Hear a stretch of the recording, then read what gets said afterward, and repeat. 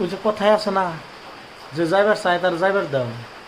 কারণ কি জানো, আরে বাপ মাইয়া তো কষ্ট করে লেখাপড়া করাইছে, করো নাই লেখাপড়া বাদ দিয়ে তুমি নিলিমাই করছো, বাপ মারে ফাঁকি দিছ, নিজের কিতাব বহিরে ফাঁকি দিছ, আজকে তার ফল পাইছ।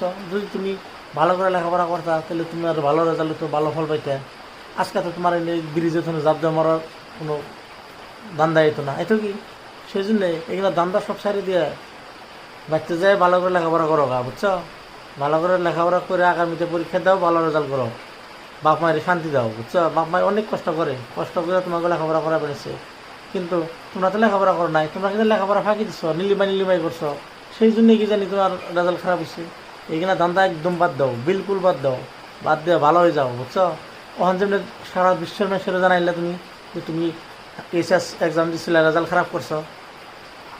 আর ঠিক হেমনেই যে ভালো করে পড়ো গা, মনে জিদ রাখো, জিদ রেখে ভালো করে পড়ো, ভালো রেজাল্ট করা, আর সারা বিশ্বের ভালো রেজাল্ট করছো, বুঝছো?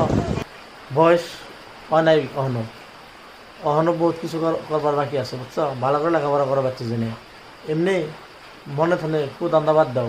আর তুমি মরবার নিকে আইসো ব্রিজে আহনো বকে, ব্রিজে বকে বলে তুমি এখনো সময় আছে, মরা দান্দা ছেড়ে দাও, ভালো করে লেখাপড়া করো, বাড়িতে যাও, বাপ মার সাথে থাকো, বাপ মার কথা শোনো। আর বিশ্বের যত মাসে দেখছে তোমার এই ভিডিওটা, যে তুমি আত্মহত্যা করবার নিকাইছিলে রেজাল্ট খারাপ করে, আর তখন তুমি যখন ভালো রেজাল্ট করে বাস করবা, তখন জানি এই বিশ্বের সবাই দেখতে পারে যে তুমি এত সুন্দর রেজাল্ট করছো, আর সবাই যাতে বলতে পারে এই মেয়েটা রেজাল্ট খারাপ অনেক মরবার চাইছিল, আর এখন এই মেয়েটা অনেক বড় দামি মানুষ হয়েছে।